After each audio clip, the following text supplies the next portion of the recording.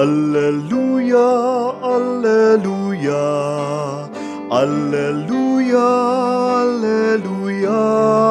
Si Kristo'y muling nabuhay, resurrexit sicut dixit. Alleluia, alleluia, alleluia, alleluia. Si Kristo'y muling nabuhay, alleluia.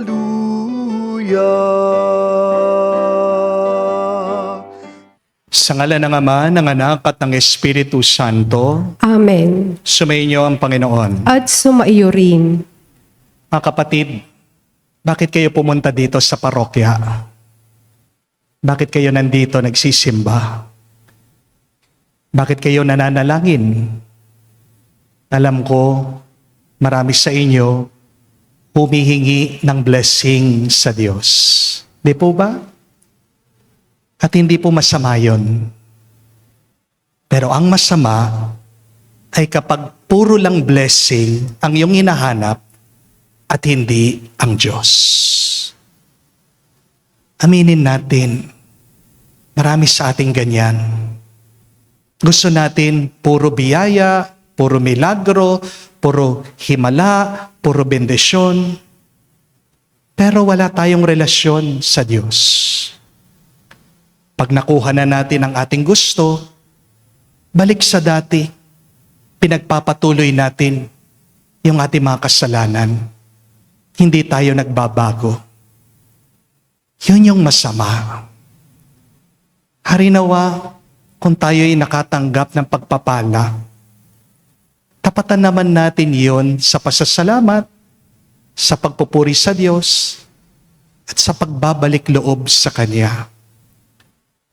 Kung gusto natin talagang pagpalain sa buhay, araw-araw sana nating hanapin unang-una ang Diyos bago sa ating mga gustong pagpapala. Sa maraming beses na kung saan puro lang pera ang ating inasam, puro kayamanan ang ating iniisip, puro mga blessing ang ating hinahanap, at nakalimutan natin ang Diyos. Hilingin natin muli ng awa at patawad ito para minsan pa tayo maging karapat-dapat makatanggap muli sa mga banal na misteryo. Inaamin ko Sa makapangyarihang Diyos at sa inyo mga kapatid, na lubha akong nagkasala sa isip, sa salita, sa gawa, at sa aking pagkukulang. Kaya isinasamo ko sa mahal na Birheng Maria, sa lahat ng mga anghel at mga banal, at sa inyo mga kapatid, na ako'y ipanalangin sa Panginoong ating Diyos. kaawaan tayo na makapangyarihang Diyos, patawarin tayo sa ating mga kasalanan, at patnubayan tayo sa buhay na walang hanggan. Amen. Panginoon, kaawaan mo kami. Panginoon, kaawaan mo kami. Kristo, kaawaan mo kami. Kristo, kaawaan mo kami. Panginoon, kaawaan mo kami. Panginoon, kaawaan mo kami. Manalangin tayo. Ama namin makapangyarihan, nililiwanagan mo ng iyong maasang ilaw ang mga naliligaw na iyong pinapabalik sa daan para ikaw ay matagpuan.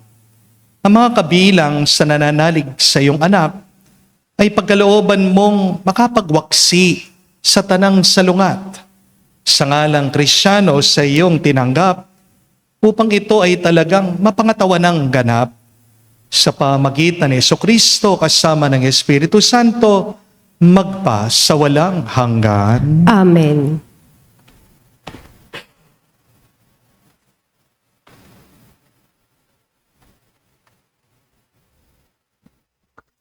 Pagbasa mula sa mga gawa ng mga apostol. Noong mga araw na iyon, pinagpala ng Diyos si Esteban at pinuspos ng kapangyarihan.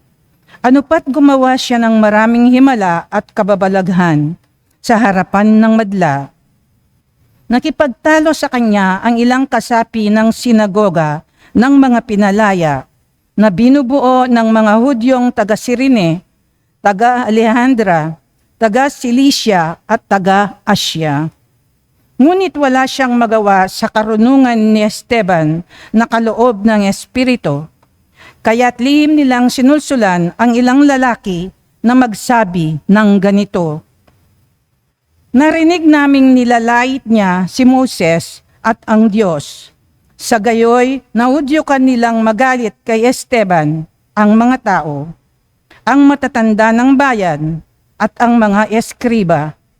Siya'y sinunggaban nila at iniharap sa Sanhedrin. At nagharap sila ng mga bulaang saksi laban kay Esteban. Ang taong ito, wika nila, ay walang tigil ng pagsasalita laban sa banal na templo at sa kautusan ni Moses.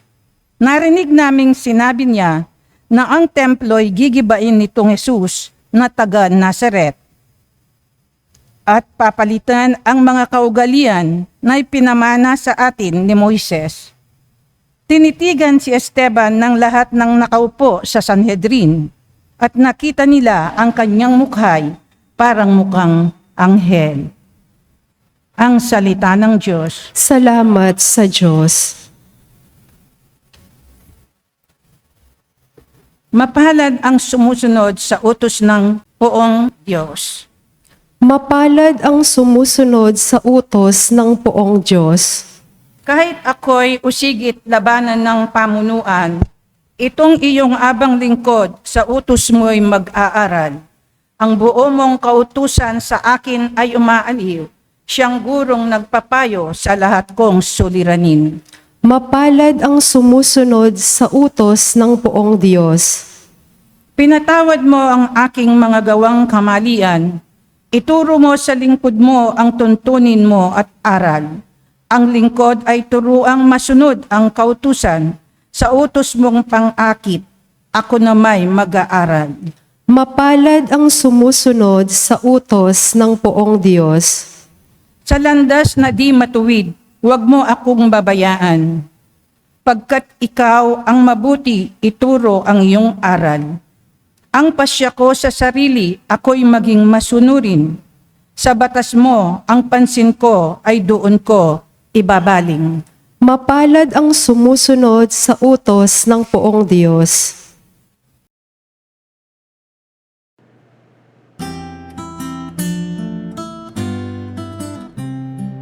Alleluia, alleluia, alleluia, alleluia, alleluia,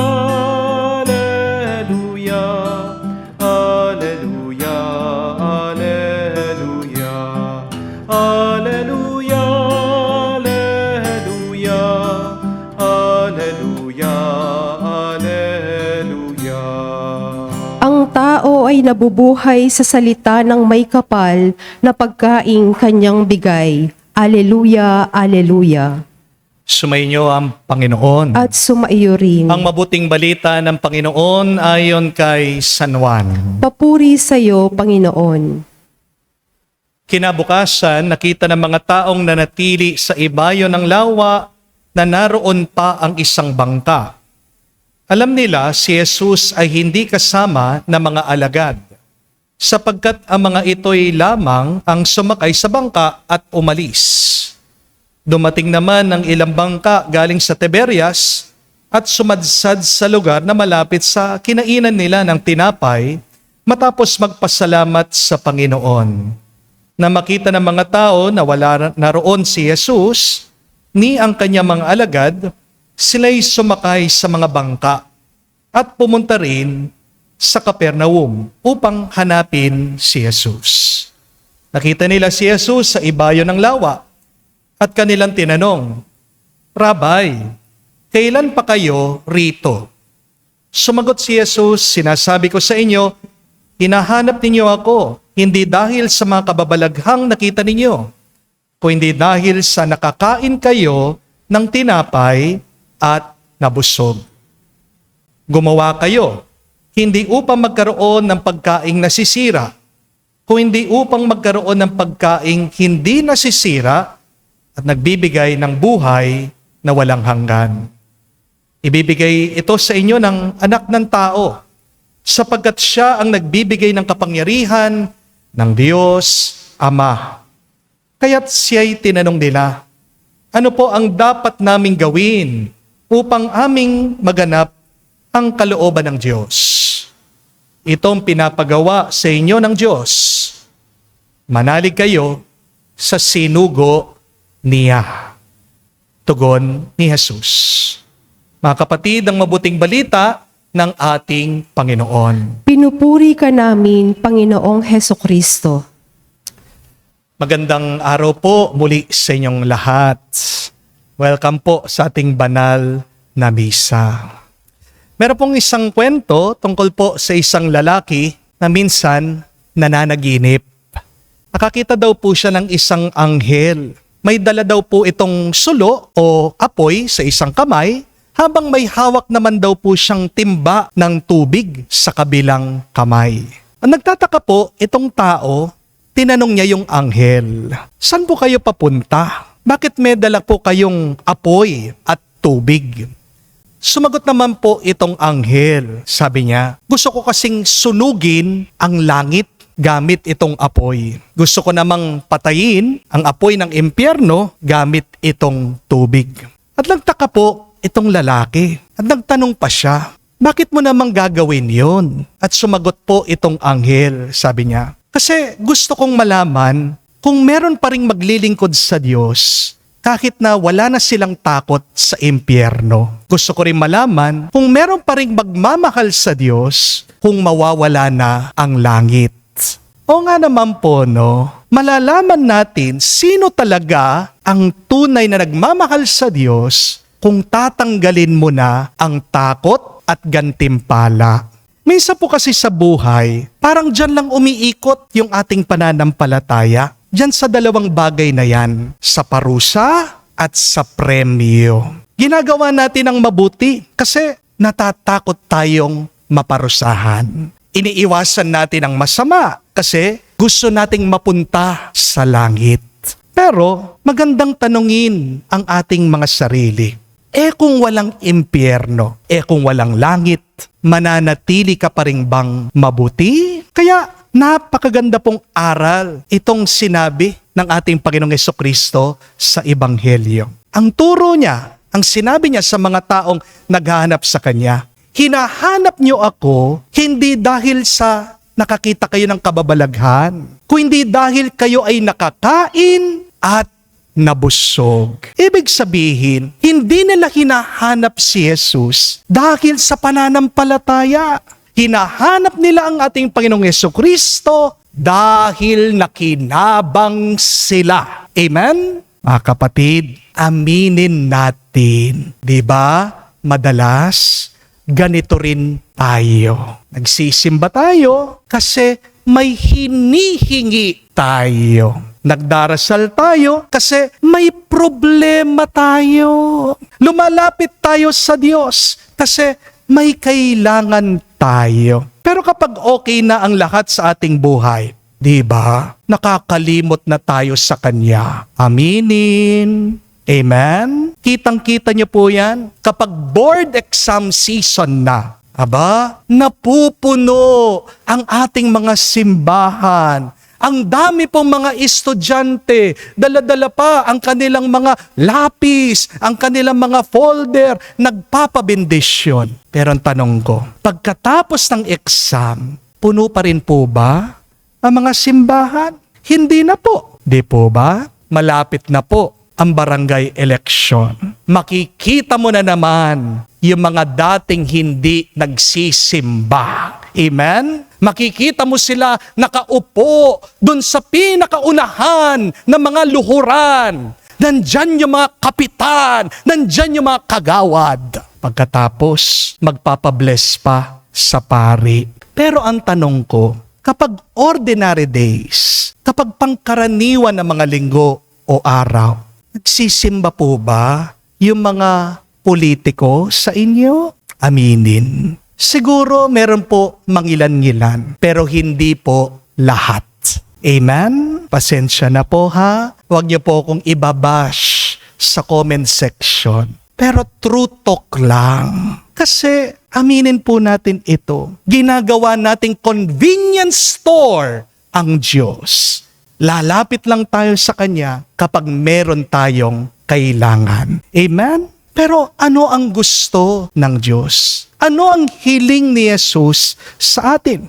Hindi po relasyon na may kapalit, kundi relasyon na may pagmamahal. Amen? Hindi niya gusto na sumunod ka dahil natatakot ka lang. Gusto ni Jesus, sumunod ka dahil iniibig mo siya. Amen?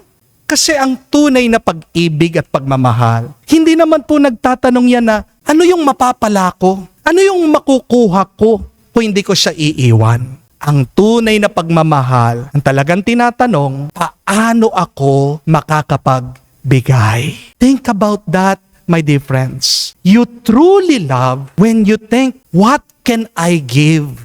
Instead of, what can I gain? Kapag iniisip mo ano yung makukuha ko, anong pakinabang ko, ano yung mapapala ko, kapatid, hindi ka nagmamahal. Amen? Kaya nga po mga kapatid, ang hamon sa atin, huwag lang tayong maging mabuti dahil may gantimpala. Huwag ka ding umiwas sa masama dahil may parusa. Kundi, nagmamahal tayo sa Diyos. Kaya naman ginagawa natin ang mabuti at iniiwasan natin ang masama. Kung tunay kang nagmamahal sa Diyos, gagawin mo ang mabuti kahit na walang kapalit. Amen? Dahil po sa dulo, ang tunay na pananampalataya, hindi nakabase sa takot. Yan ay nakaugat sa pag-ibig. Maganda pong pagmunihan ngayon. Kung aalisin ba ang impyerno at ang langit, mananatili ka pa rin ba sa Diyos? O baka titigil ka ng maniwala sa Kanya? Kung walang impyerno na kinakatakutan natin, kung walang langit na inaasam natin, pipiliin mo pa rin ba yung tama, yung mabuti, yung banal? Ang sagot mo sa tanong na ito ay magpapakita sa totoo mong ugali at totoo mong pagkatao. Amen? Talaga bang mahal mo ang Diyos? O baka ginagamit mo lang siya? Kung ang dahilan ng kabutihan mo ay dahil takot kang maparusahan, gusto mo ng gantimpala, kapatid, hindi pag-ibig ang umiiral sa'yo. Kung hindi, interes lang. Amen? Halimbawa po, kung ang isang anak sumusunod sa kanyang magulang dahil siya'y nakakatanggap ng allowance, hindi po yan pagmamahal, hindi po yan respeto, gamitan lang yan. Kung minamahal mo ang asawa mo dahil hindi siya nagbababae, hindi po tunay na pag-ibig yan. Kondisyon yan. Amen? Kasi kapag nagkamali yung asawa mo, mawawala na rin ang pagmamahal mo sa kanya. Hindi po ba? Kung nirerespeto mo ang isang tao dahil may pera siya, hindi talaga respeto yan. Pakinabang lang yan. Kung mabait ka sa isang tao, kasi mabait din siya sa iyo, hindi po yan kabutihan. Palitan lang yan. Kung nagpapatawad ka kasi nag-sorry siya, hindi po ganap na pag-ibig yan. Yan ay naghihintay lang ng kapalit. Kung nagsisimba ka dahil may problema ka lang, hindi po pananampalataya yan. Ang tawag dyan, emergency lang. Kung nagdarasal ka dahil may gusto kang makuha, hindi po yan pagmamahal. Transaksyon lang yan. Pero ang tunay na pagmamahal, tandaan niyo po, nagmamahal kahit na mahirap. Nananatili kahit na nasasaktan. Nagbibigay kahit na walang natatanggap. Kaya nga po, mga kapatid, kung mahal mo ang Diyos, dahil binibigyan ka lang niya, tanungin mo ang iyong sarili. Kapag wala ng biyaya, mananatili pa rin ba ako? Mga kapatid, ang tunay na pag-ibig, hindi yung kung may kapalit. Ang tunay na umiibig, nananatili kahit walang kapalit. Amen? Kaya ang tanong, mahal mo ba ang Diyos dahil may binibigay siya? O mahal na mahal mo ang Diyos dahil Diyos siyang mabuti, Diyos siyang banal? Ang sabi po ng mga santo, that the highest form of love is the love for God for Himself alone. Minamahal mo ang Diyos hindi dahil sa langit, hindi dahil merong impyerno, kung hindi dahil karapat dapat siyang mahalin. Aminin po natin, marami po sa atin, mabait lang kasi takot maparusahan. Nagsisimba lang dahil may hinihingi. Umiiwas sa kasalanan dahil takot sa epekto, sa consequences nito. Pero mga kapatid, ang tawag dyan ay the beginning stages of faith. Kapag ganyan ang iyong ginagawa, you still have an immature faith. Hindi naman po masama ito, pero hindi ito ang ating goal. We have to grow in our faith. Amen? And what is the mature faith? You have a mature faith when you try to know, to love, and to serve the Lord without counting the cost and without expecting anything in return. Kaya maganda pong pagmunihan ngayon. Kung wala akong pakinabang na mabuti sa aking buhay, mananatili pa rin ba akong mabuti? Kung walang papalakpak at pupuri sa akin, magmamahal pa rin ba ako? Kung walang kapalit ang aking kapaguran, gagawin ko pa rin ba? Pipiliin ko pa rin ba ang tama? Mga kapatid, ang tunay na kabanalan, hindi po takot sa impyerno, hindi rin niya hinahangad ang langit. Ang tunay na kabanalan ay ang pagkakaroon ng isang puso na palaging nagmamahal sa Diyos kahit na walang kapalit na milagro o biyaya. Magdasal po tayo sa banal na misang ito. Naway tayong lahat ay lumago sa kabanalan. We pray in this Mass that we may grow and mature in our faith, that we may seek God for His love alone, not for any reward, because His love is good and everlasting. Amen. Tumayo po tayo. Alay po natin sa Diyos ang ating mga dasal at panalangin. Ang Diyos Ama lamang ang makakatugon sa pagkagutom ng puso at ng espiritu. Kaya't ilapit natin sa Kanya ang ating mga pangangailangan. Ating sabihin, Panginoon, dinggin mo kami. Panginoon, dinggin mo kami. Ang simbahan naway pukawin sa mga kasapi nito ang pagkagutom at pagkauhaw sa tinapay ng buhay na walang hanggan. Manalangin tayo sa Panginoon. Panginoon, dinggin mo kami. Atin nawang maunawaan na ang mga kinasasabikan ng ating puso ay hindi matutugunan sa pamamagitan ng paghahanap ng makamundong tagumpay o kaginhawahang dulot ng mga material na bagay. Manalangin tayo sa Panginoon. Panginoon, dinggin mo kami. Ang mga nagsasayang ng kanilang panahon sa paghahanap ng kaligayahan sa maling paraan, naway matagpuan ng tamang daan ng buhay. Manalangin tayo sa Panginoon. Panginoon, dinggin mo kami. Sa katahimikan po ng ating puso, banggitin natin sa Diyos ang ating mga personal na pangangailangan.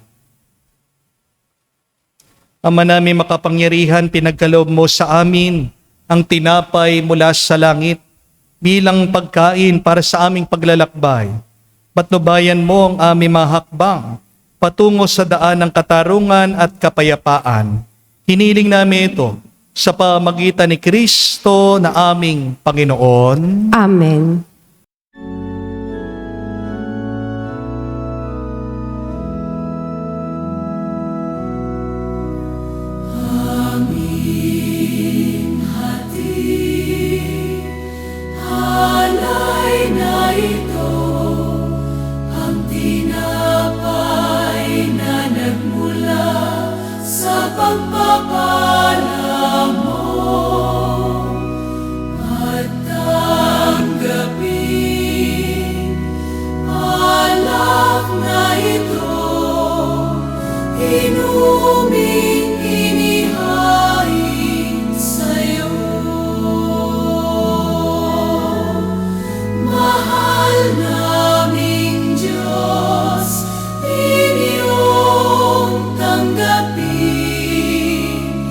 Ang munting alay mula sa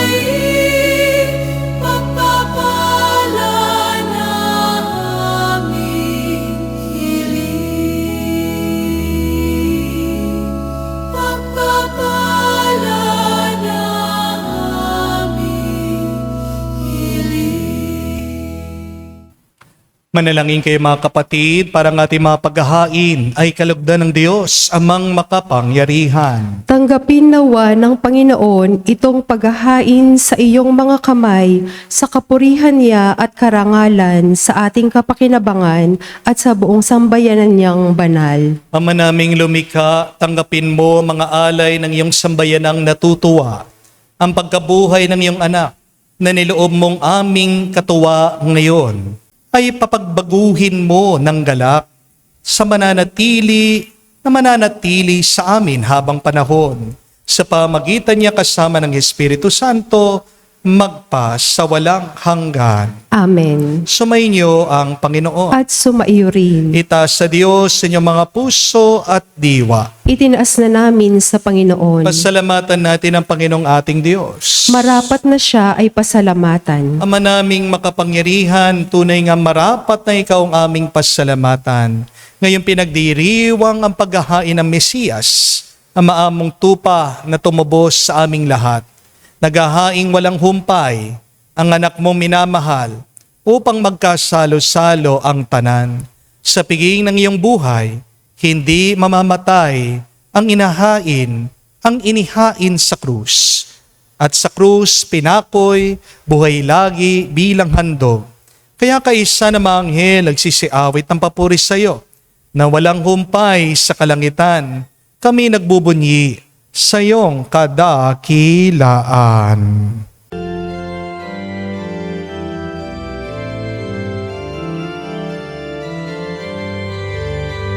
Santo, Santo, Santo, Panginoong Diyos ng mga hukbo, napupuno ang langit at lupa ng kadakilaan mo.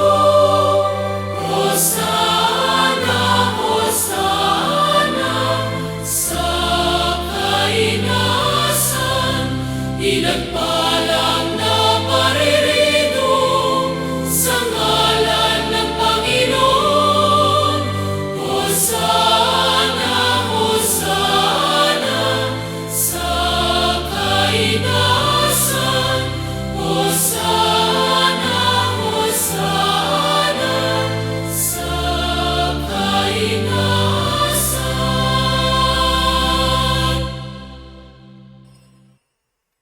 Ama naming banal, ikaw ang bukal ng tanang kabanalan.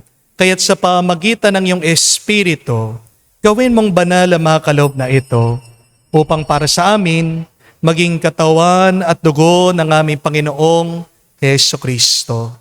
Bago niya pinagtiis ang kusang loob na maging handog, hinawakan niyang tinapay, pinasalamatan kanya, pinaghati-hati niya yun, inabot sa kanya malagad at sinabi, tanggapin ninyong lahat ito at kanin. Itong aking katawan na ihahandog para sa inyo.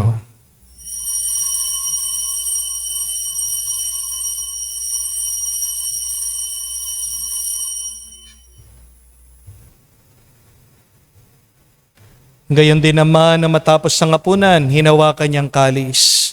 Muli kanyang pinasalamatan. Nabot niyang kalis sa kanyang malagad at sinabi, tanggapin ninyong lahat ito at inumin.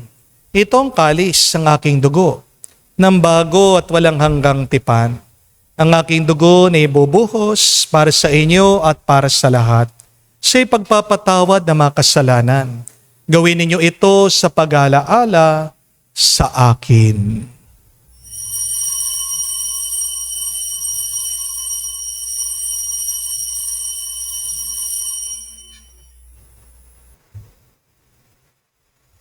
Ang misteryo ng pananampalataya.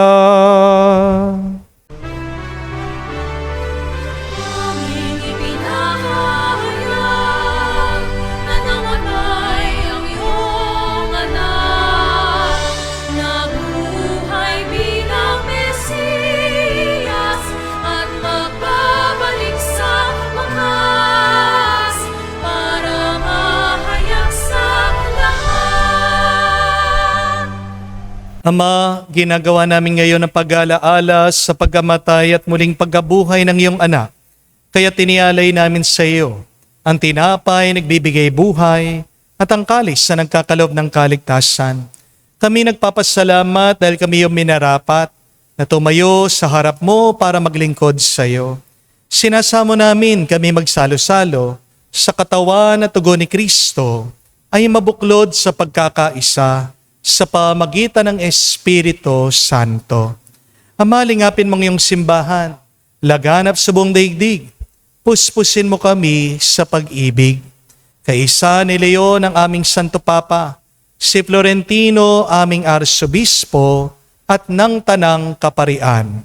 Alalahanin mo rin ang aming mga kapatid na nahimlay may pag-asang sila'y muling mabubuhay. Gayon din naman lahat ng mga pumanaw. Kawan mo sila't patuloyin sa iyong kaliwanagan. Kawan mo't pagindapatin kaming lahat, makasalo sa iyong buhay na walang wakas. Kaisa ng Mahal na Birhen Maria, Ina ng Diyos, kaisa ni San Jose, ang kanyang maluwalhating esposo, kaisa ng mga apostol at lahat ng mga banal na namuhay dito sa daigdig na kalugod-lugod sa iyo. May pagdiwang nawa namin ang pagpupuri sa ikararangal mo sa pamagitan ng iyong anak, aming Panginoong Hesukristo. Sa pamamagitan ni Kristo, kasama niya at sa Kanya, ang lahat ng parangal at papuri ay sa iyo, Diyos Ama, makapangyarihan, kasama ng Espiritu Santo, magpasawalang hanggan. Amen, Amen, Amen,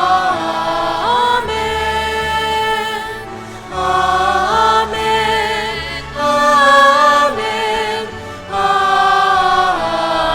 Amen. Sa nakagaling na utos sa turo ni Jesus sa Panginoon natin at Diyos, ipahayag natin ng lakas loob.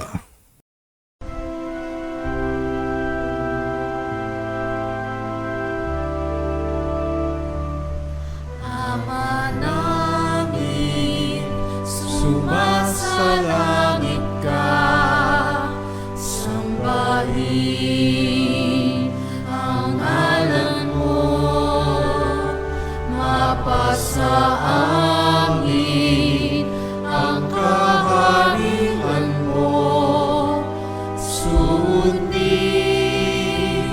ang loob mo dito sa lupa, para nang sa langit. Bigyan mo kami ngayon ng aming kakanin sa araw-araw, at patawarin mo kami sa aming mga sala, para nang magpapatawad namin sa nagkakasala sa amin. At huwag mo kaming ipahintulot sa tukso, at iadya mo kami sa lahat ng masama. Hinihiling namin kami at Diyos sa lahat na masama, pagkalooban ng kapayapaan araw-araw, iligtas sa kasalanan, ilayo sa lahat ng kapahamakan, samantalang aming pinanabikan ang dakilang araw ng pagpapahayag ng tagapagligtas naming si Jesucristo. Sapagkat iyo ang kaharian at ang kapangyarihan at ang kapurihan magpakailanman. Amen. Panginoong Jesucristo, sinabi mo sa mga apostol, kapayapaan ang iniiwan ko sa inyo. Ang aking kapayapaan binibigay ko sa inyo. Tungayan mo ang aming pananampalataya at huwag ang aming pagkakasala. Pagkalooban mo kami ng kapayapaan at pagkakaisa ayon sa iyong kalooban. Kasama ng Espiritu Santo, magpasawalang hanggan. Amen. Kapayapaan ng Panginoon ay laging sumainyo. At sumaiyo rin. Magbigayan po tayo ng kapayapaan sa bawat isa. Peace with you po. kapayapaan po sa inyong lahat.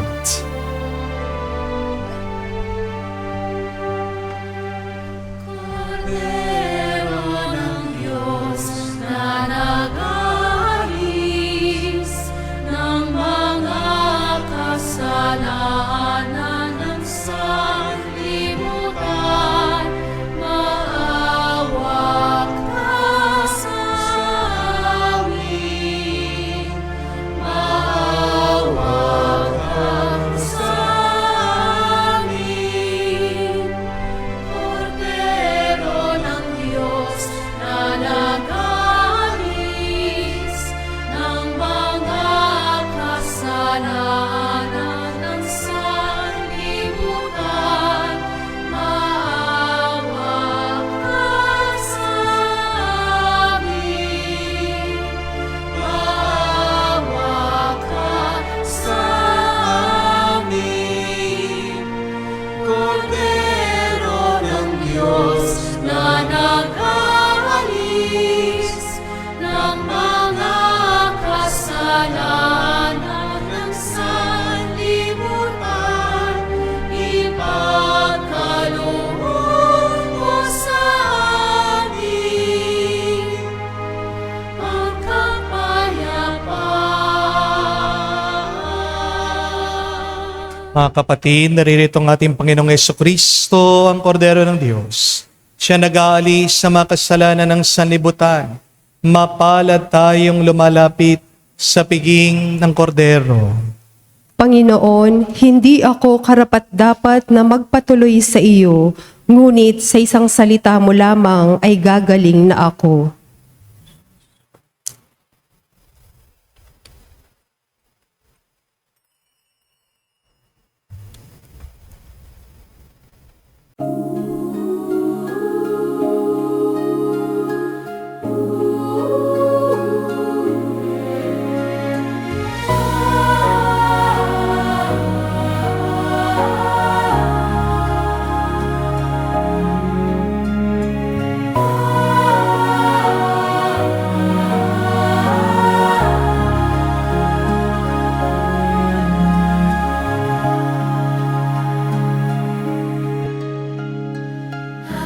Ating sandin, ating dinggin, ating ipagmalaki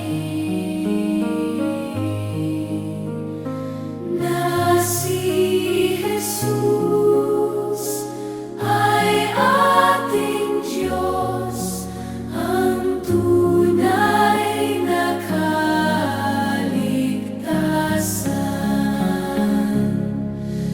Magalang siya'y nabuhay, tinubos ang sanlibutan.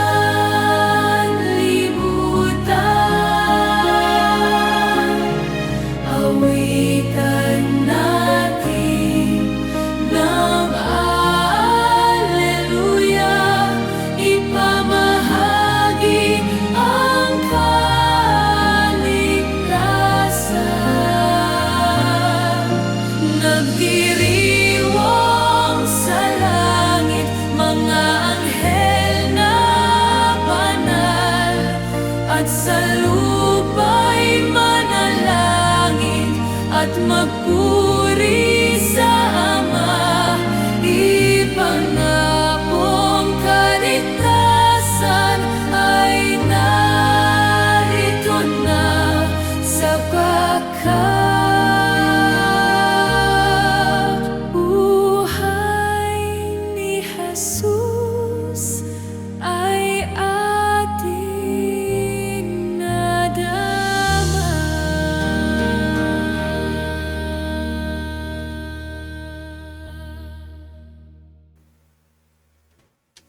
Manalangin tayo.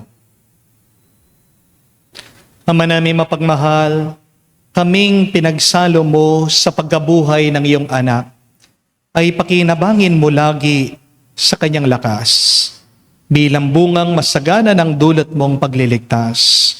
Sa pamagitan niya kasama ng Espiritu Santo, magpa sa walang hanggan. Amen. Mga kapatid, magandang pagmunihan ang tanong, bakit mahal ko ang Diyos? Bakit ako nagsisimba? Bakit ako nagdarasal? Dahil kung minamahal mo lang ang Diyos, nagsisimba ka at nagnanalangin ka, dahil may hinihintay ka o may hinihingi kang grasya, hindi po sapat yan. Hindi yan pananampalataya. Hindi yan kabanalan. Dahil ang totoong kabanalan ay mahal mo ang Diyos dahil siya ay Diyos na mapagmahal. Hindi po masama na humingi ng pagpapala. But you can be better. Pwede ka pang maging mas mabuti. At mas pinagpala ang buhay na palaging nagmamahal na walang kondisyon. Anong tunay na pagmamahal? Ay yung nagmamahal ka. Meron ka mang makuha o wala. Yung umiibig ka. Period. Pero kung nagmamahal ka dahil mabait ang asawa mo, mabuti ang anak mo, ginagalang ka ng ibang tao, hindi po yan tunay na pagmamahal. Hindi yan tunay na kabaitan o kabutihan. Ang tawag dyan ay business. Negosyo. Tandaan niyo, nung ginawa tayo ng Diyos, hindi para makipagnegosyo sa atin. Di po ba? Ginawa tayo ng Diyos dahil mahal niya tayo. Kapag hindi ka nagmamahal, kumukontra ka, nilalabanan mo ang kalikasan mo. Pansinin niyo po, kapag hindi ka nagmamahal, doon ka nalulungkot, doon nagiging mabigat ang iyong buhay. Mga kapatid, magiging mas magaan ang buhay, mapupuno yan ng kapayapaan kung magiging totoo tayo, kung sino tayo. Tayo mga nilikha sa pagmamahal. Manatili ka nagmamahal, merong mang premyo o wala. Manatili ka nagmamahal, hindi dahil sa takot, kung hindi dahil ito ang mabuti at ito ang tawag ng Diyos sa atin. Pero mabuting balita, totoo ang langit. Heaven is real. At ano ang langit? Hindi po ito gantimpala dun sa mga mabuting ginawa natin. Ang langit ay isang buhay na kasama ang Diyos palagi. Napansinin niyo, kapag nabubuhay kang malayo sa Diyos, ikaw ay nasa kadiliman. Ikaw ay naliligaw, ikaw ay nawawala, ikaw ay nagwawala. Di po ba? Let us try to spend more time to be close to God, and you will experience heaven even here on earth. Sumainyo ang Panginoon. At sumaiyo rin. At kayo basbasan ng Diyos, makapangyarihan sa lahat, sa ngalan ng Ama, ng Anak, ng Espiritu Santo. Amen. Ang ating misa ay natapos na. Humayo kayo sa kapayapaan ni Kristo. Salamat sa Diyos.